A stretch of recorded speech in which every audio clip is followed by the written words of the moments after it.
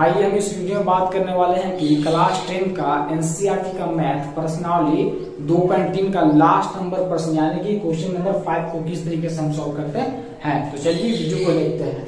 जैसा कि हमारा प्रश्न दिया हुआ है कि यह बहुपद px, gx, qx और rx के ऐसे उदाहरण दीजिए। आपको एग्जाम्पल देना है किसका, ये चारों के जो विभाजन एल्गोरिथम को संतुष्ट करते हैं। लेकिन आपको तीन कंडीशन दिया है, इन्हीं तीनों कंडीशन में आपको उदाहरण देना है। आपको तीन कंडीशन, एक कंडीशन दिया हुआ है कि यदि px का घात और qx का घात क्या बराबर होते हैं, ऐसा उदाहरण दीजिए। फिर आपको बोला है कि जब qx का घात और rx का घात बराबर हो जाए ऐसा उदाहरण दीजिए। और लास्ट में बोला है कि घात जो है rx का क्या होना चाहिए, 0 होना चाहिए। आप ऐसा उदाहरण दीजिए। उदाहरण तो बहुत सारा हो सकता है, लेकिन हम तो सब एक उदाहरण देकर आपको बताते हैं। आप जानते हैं कि px बराबर एक फॉर्मूला होता है युग्मित विभाजन में, px बराबर होता है gx इंटू qx और प्लस rx। ये फॉर्मूला होता है। ये किसका फॉर्मूला है, ये फॉर्मूला होता है विभाजन एल्गोरिथम में। अब फर्स्ट बोला क्या कंडीशन में कि px का घात और qx का घात क्या होना चाहिए, सेम होना चाहिए। यानी px जो आपको ये दिख रहा है इसका घात और जो आपको ये qx दिख रहा है इसका घात होना चाहिए सेम। ऐसा आप एग्जांपल दीजिए। पहला प्रश्न यही है।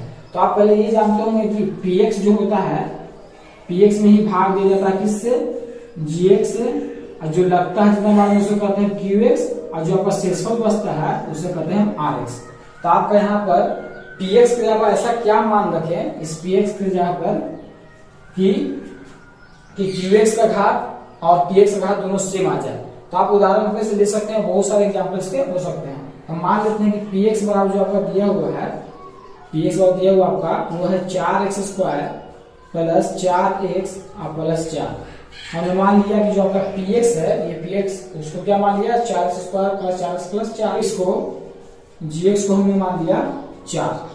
अब क्या करते हैं px को gx से भाग देते हैं। तो 4 से भाग दीजिए किसमें, तो 4x स्क्वायर प्लस 4x और प्लस 4 में।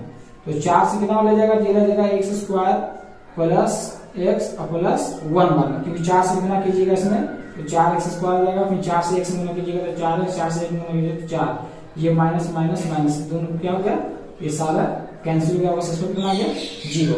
अब यहाँ पर आप ध्यान दीजिए किसका मान है, ये मान होता है px का, ये किसका मान है, आपका ये मान है gx का, ये किसका मान है, ये आपका मान है qx का, और इसको कहते हैं rx। तो आप यहाँ पर देखिए px का घात कितना है 2 है और qx का घात भी कितना है 2 है। तो आपको क्या बोला फर्स्ट प्रश्न में कि px का घात और qx का घात क्या होना चाहिए, सेम होना चाहिए। ऐसा आपको उदाहरण देना है। तो उदाहरण हमारा क्या हो जाएगा, हमारा उदाहरण हो जाएगा 4x square plus 4x plus 4। अब अगला जो मान होगा किसका, qx का, वो qx का मान हो जाएगा, qx का मान हो जाएगा हमारा x square plus x plus 1। ये हमारा हो गया आंसर, उदाहरण हो गया पहला का एग्जांपल। कुछ नहीं किए, हमने मान लिया कि px इस टाइप से है और इसमें हम 4 से क्या कर दिए, भाग कर दिया। यानी कि gx का मान कितना लिए 4, तो हमारा qx कितना आ गया, इतना आ गया। यानी कि हमारा ये px और qx को देखिए ये दोनों घात सेम है कि नहीं है, हमारा पहला का आंसर आ गया।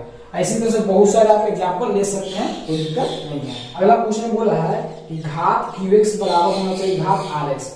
अभी प्रश्न बोल दिया घात जो qx है ना घात rx के बराबर होना चाहिए। qx कहाँ है, यानी कि इसका घात और rx, इसका घात क्या होना चाहिए, बराबर होना चाहिए। ये बोल रहा है कि qx का घात और rx का घात बराबर होना चाहिए। अब ऐसा एक एग्जांपल लेके बताइए। तो अब देखते हैं एग्जांपल लेते हैं। तो मान लेते हैं कि जो आपका px का मान है,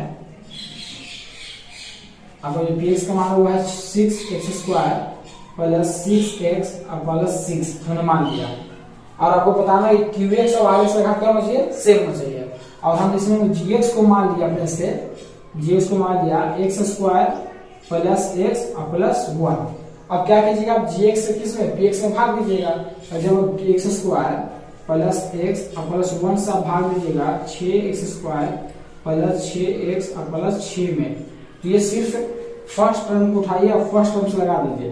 तो 6x स्क्वायर को लगा दीजिए किससे, x स्क्वायर से। स्क्वायर से कितना होगा 6 बार 6 से गुना कीजिएगा तो आएगा 6x स्क्वायर प्लस 6x और प्लस 6 कम 6। इस वाले टर्म से इस पूरे टर्म में गुना होता है, तो कर दिया तो माइनस माइनस माइनस, ये कैंसिल होगा, ये भी ये कैंसिल होगा, ये भी क्या हो गया कैंसिल हो गया। अब यहाँ पर ध्यान दीजिए, इसे कहा जाता है px, इसे कहा जाता है gx जो हमने मान लिया है, इसे कहा जाता है qx, और जो शेषफल आता है उसे कहा जाता है rx।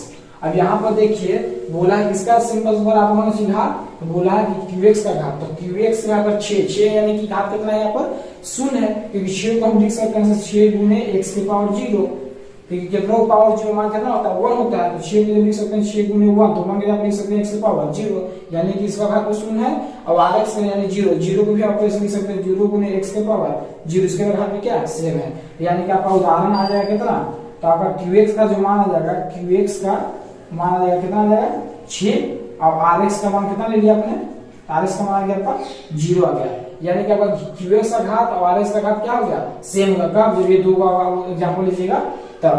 अब देखते हैं लास्ट नंबर प्रश्न को, प्रश्न नंबर 3 आप है इसका घात क्या आ जाना चाहिए 0 आ जाना चाहिए rx का, आपको ऐसा उदाहरण लेना है। तो मान लेते हैं कि जो आपका px है वो आपका है 8x² प्लस 8x प्लस 8 है, हमने मान लिया, और जो आपका gx है हमने gx को मान लिया x² प्लस x प्लस 1 है, हमने मान लिया कि gx का मान x² प्लस x प्लस 1, क्योंकि आप अपने से एग्जांपल दे सकते हैं, बहुत सारा एग्जांपल हो सकता है, आपने जब कोई और आंसर हो सकता है, कोई दिक्कत नहीं है। अब हम gx से किसमें px में भाग देंगे, तो x² प्लस x प्लस 1 से क्या करेंगे हम भाग देंगे, क्योंकि gx से px में भाग दिया जाता है, qx भागफल आता है, और rx क्या होता है शेषफल होता है। यही आपका क्या है, यही आपका है विभाजन एल्गोरिथम, इसी को कहा जाता है विभाजन एल्गोरिथम।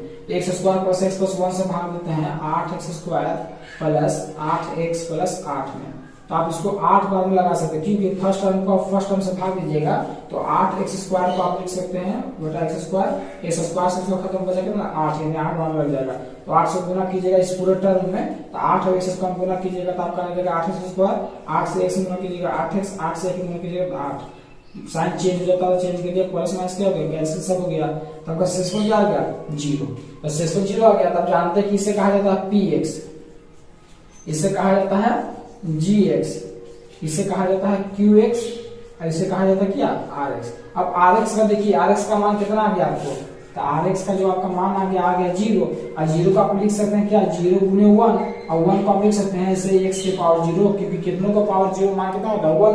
अब देखिए rx का घात कितना है 0 आ गया, यानी कि ये आपका उदाहरण एग्जाम्पल सेटिस्फाई हो गया, यानी कि आप ऐसे तो उदाहरण को ले सकते हैं, बहुत सारे इसके उदाहरण हो सकते हैं, कोई दिक्कत नहीं है। तो बस इस वीडियो में इतना ही, अब मिलते हैं नेक्स्ट वीडियो में।